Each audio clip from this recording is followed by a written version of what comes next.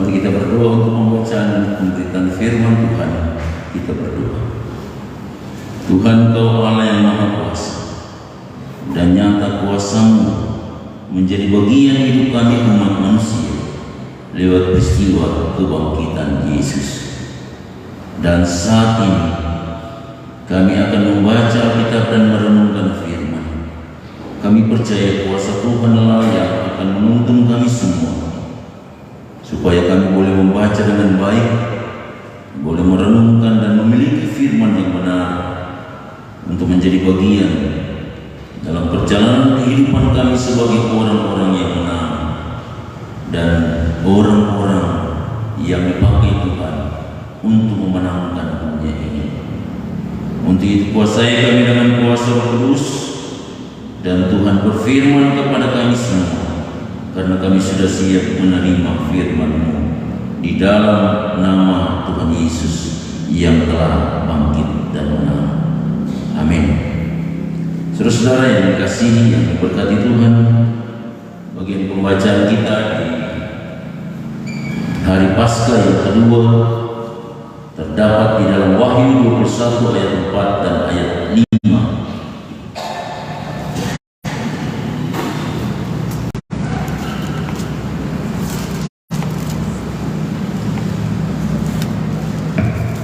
Wahyu 21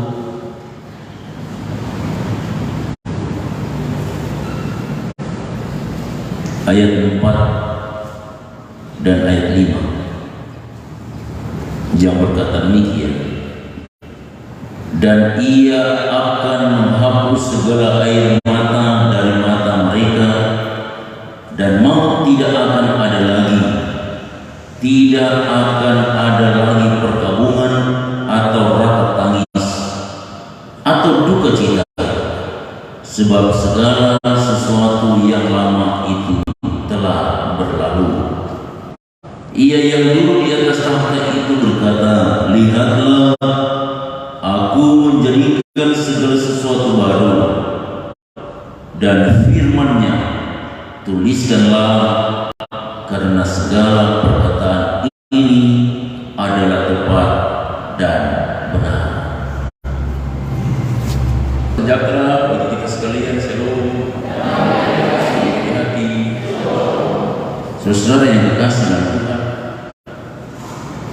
bersyukur karena Tuhan memberikan kesempatan lagi bagi kita sekalian boleh ada di hari ini dalam perayaan hari kebangkitan Tuhan Yesus atau hari Paskah di hari yang kedua, dan bersyukur di mana di hari ini, di hari Paskah yang kedua ini, oleh Gereja Masihi Injili di Minahasa menjadikan hari ini sebagai hari ulang tahun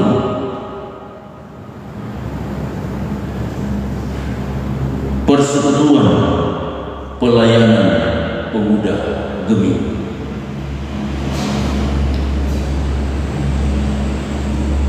Saudara-saudara yang dikasihi dalam Tuhan, banyak kita mendengar ungkapan-ungkapan yang mengatakan bahwa pemuda itu adalah generasi penerus. Pemuda itu adalah tiang-tiang gereja, tiang-tiang bangsa dan negara.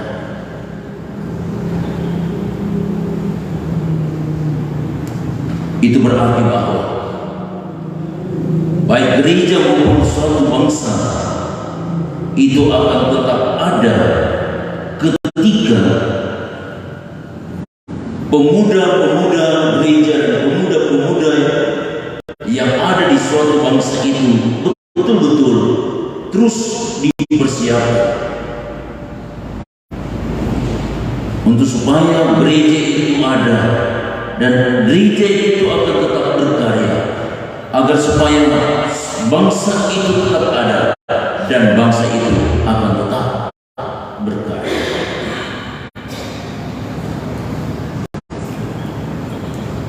Ketika pemuda itu dibiarkan, maka masa depan gereja itu akan menjadi ancaman untuk tidak lagi ada dan tidak lagi akan berkarya dalam kerja dan pelayanan.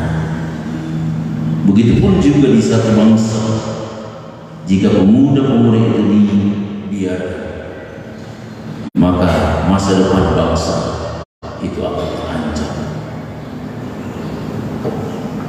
Saudara-saudara yang terkasih di dalam Tuhan, untuk itu sebagai gereja Tuhan, ketika menetapkan hari ini sebagai hari ulang tahun pelayanan pemuda-pemudi, maka setiap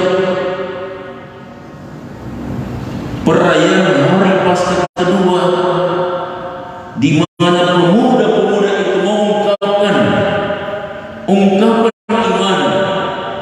lewat selebrasi Paskah pemuda. Sekalipun memang ada juga selebrasi Paskah remaja dan seterusnya, di mana momen itu menjadi momen di mana orang-orang muda ini atau pemuda-pemuda ini mengungkapkan kepercayaan mereka kepada Tuhan Allah di dalam Yesus Kristus. Dan di tahun 2023, di mana pemuda gemini akan melaksanakan selebrasi Paskah, di hari ini bahkan menjadi tuan dan nyonya rumah adalah Kota Bitung atau gereja Masihi Injili di Minahasa yang ada di Kota Bitung ini. Saudara yang terkasih, apa yang harus menjadi bagian dalam perjalanan gereja secara khusus dalam perjalanan kehidupan sebagai pemuda gereja? Sebagai satu persekutuan umat, kita boleh merayakan perayaan Paskah di hari Paskah yang pertama, yang sangat jelas,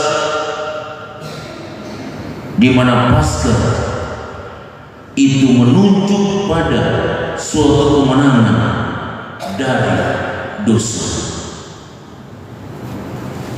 Peristiwa kematian di mana Yesus menebus dosa umat manusia,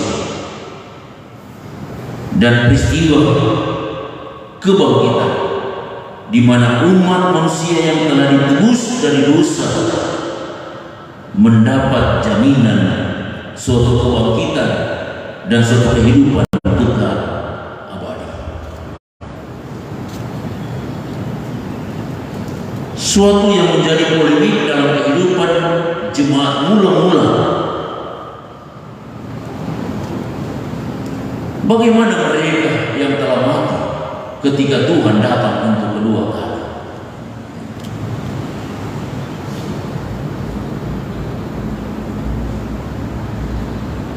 Dan pergumulan yang mempertanyakan tentang mereka yang sudah mati ketika Tuhan datang itu dijawab lewat proses kebangkitan, di mana mereka yang mati di dalam Tuhan, mereka akan dibangkitkan dan bersama-sama dengan orang percaya yang hidup diangkat bersama-sama berjumpa dengan Tuhan di surga.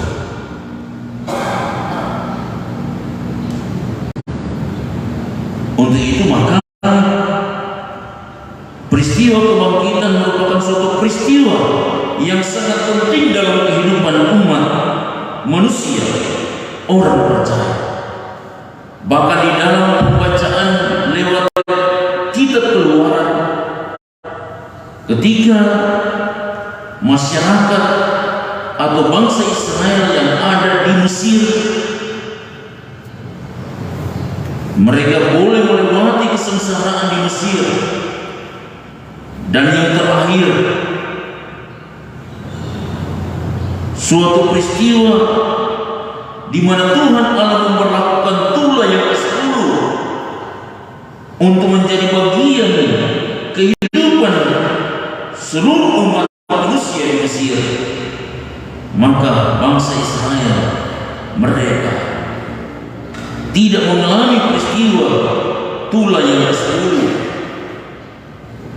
karena mereka mempersembahkan korban, dan darah korban itu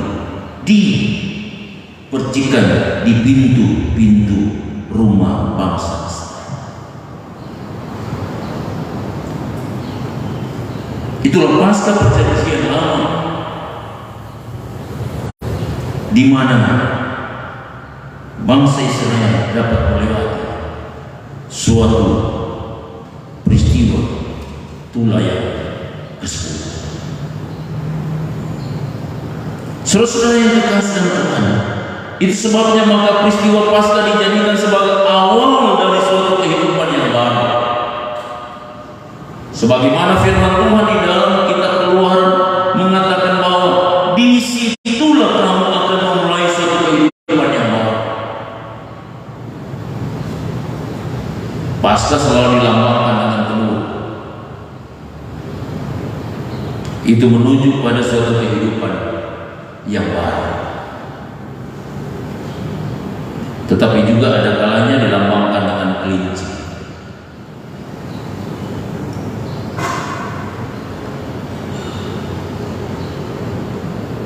Saudara-saudara yang dikasihi, oleh sebab itu bagian firman Tuhan dalam Wahyu pasalnya yang ke-21, ayatnya yang ke-4 dan ayat yang ke-5,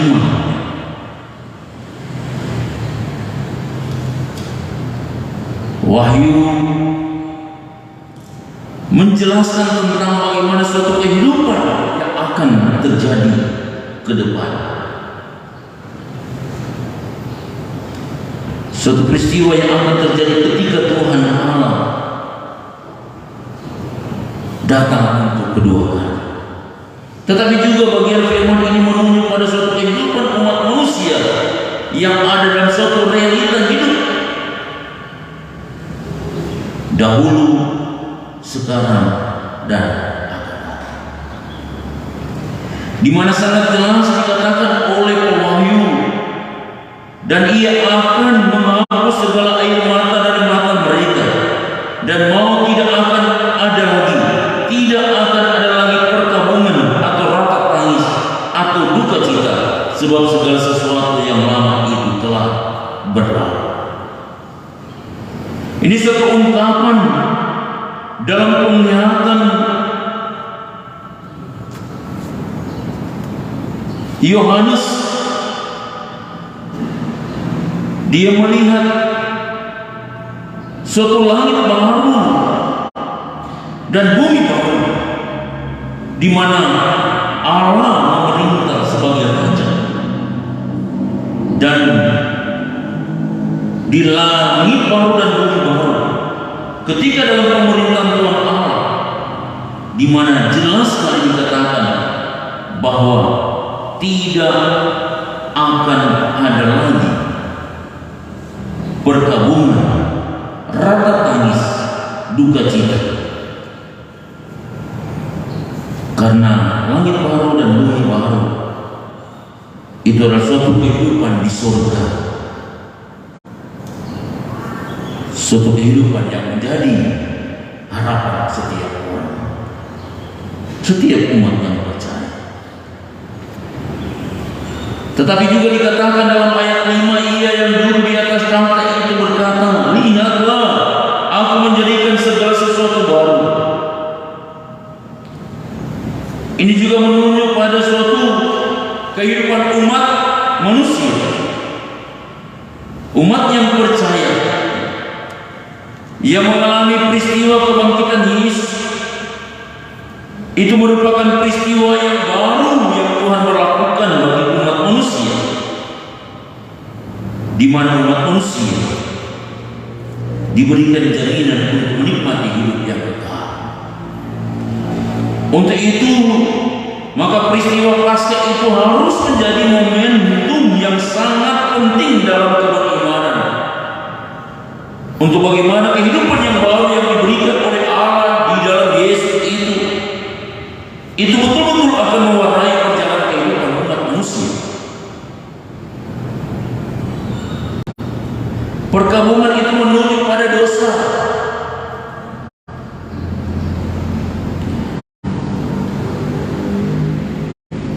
Itu sebabnya maka kehidupan yang baru itu harus betul-betul mewarnai kehidupan umat dengan terus hidup melakukan segala amanat dan perintah Tuhan. Sebagaimana bagian pembacaan yang kita renungkan di hari pertama kebangkitan Yesus dalam perayaan Paskah di hari yang pertama, di mana perempuan-perempuan ketika mereka menerima berita kebangkitan Yesus, mereka mengalami suatu peristiwa yang baru dalam kehidupan keimanan mereka. Maka mereka menjalani suatu kehidupan yang baru sebagai perempuan-perempuan yang percaya, memberitakan kabar sukacita. Sekalipun perempuan-perempuan ini sangat tahu persis tentang keberadaan mereka, yang tidak harus menjadi pemberita-pemberita karena suatu tradisi yang berlaku di Yahudi. Itu sebabnya saudara, maka apa yang disampaikan oleh perempuan-perempuan ini dalam bagian pembacaan yang lain itu tidak diterima oleh sebagian para rasul, karena mereka menganggap bahwa perempuan-perempuan tidak bisa dilibatkan dalam kerja pelayanan. Tetapi lewat peristiwa kebangkitan, segala sesuatu yang berpotensi dalam pemberian diri perempuan-perempuan ini, di mana mereka berlari pergi menyampaikan berita itu kepada Petrus dan Rasul. Dan juga dalam kehidupan bersama dengan para rasul, mereka dipakai Tuhan untuk terus memberitakan kabar sukacita, kabar kebangkitan Yesus bagi semua orang. Inilah sebenarnya isi dari suatu kehidupan yang baru,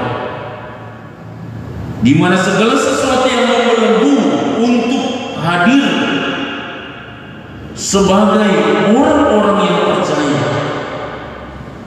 segala sesuatu yang membatasi untuk melakukan segala sesuatu yang dikehendaki oleh Tuhan Allah sebagai orang percaya, itu harus dihancurkan. Dan peristiwa kebangkitan itu betul-betul memberikan semangat dan motivasi sehingga orang percaya akan menjalankan suatu kehidupan yang baru, menjadi alat kesaksian Tuhan Allah untuk peristiwa kebangkitan, untuk kehidupan yang baru itu menjadi bagian kehidupan seluruh umat manusia.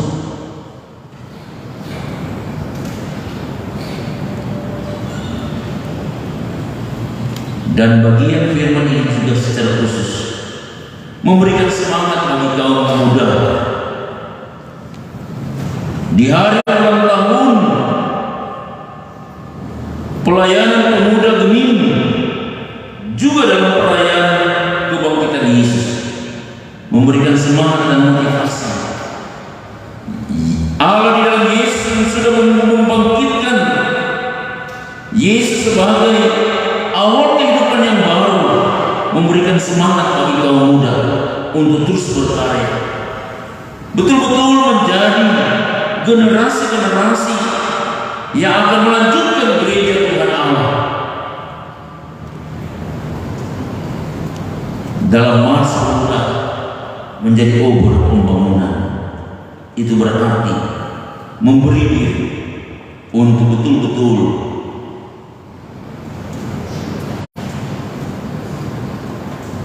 menjalankan kehidupan sebagai pemuda yang berguna di tengah-tengah jemaat, di tengah-tengah masyarakat. Apalagi di era yang maju, penuh tantangan bagi kaum muda di era digital. Bukan hanya 4.0, bahkan juga 5.0. Menjadi tantangan yang berat bagi kaum muda untuk bagaimana menampilkan sebagai pemuda-pemuda gereja yang mampu mengendalikan akan kemajuan ilmu pengetahuan dan teknologi, yang menjadikan kemajuan ilmu pengetahuan dan teknologi sebagai bagian untuk membantu di dalam menempatkan pemuda-pemuda gereja sebagai generasi-generasi yang akan menggantikan generasi-generasi gereja ke depan, sehingga betul-betul gereja ini akan berjalan terus menjadi alat kesaksian Tuhan, menjadi berkat bagi kehidupan umat manusia. Mari sebagai orang tua terus mendampingi anak-anak, pemuda-pemuda, untuk supaya mereka terus mendapat pendampingan, pengajaran yang baik di dalam mereka, dipersiapkan untuk menjadi generasi-generasi penerus bagi gereja Tuhan, tetapi juga menjadi generasi-generasi berguna di tengah-tengah bangsa dan negara. Yakin dan percaya ketika orang terus ada bersama dengan pemuda, anak-anak muda kita, maka gereja kita ini akan terus menjadi gereja yang diberkati, dan bahkan juga bangsa kita akan menjadi bangsa yang diberkati, karena pemuda-pemuda kita betul-betul pemuda-pemuda yang hidup menurut kehendak Tuhan dan terus melakukan segala perintah dan ketetapan Tuhan dalam hidup yang mereka jalani. Selamat merayakan hari Paskah, hari kebangkitan Tuhan Yesus, dan selamat hari ulang tahun bagi pelayanan pemuda ini. Tuhan Yesus memberkati. Amin.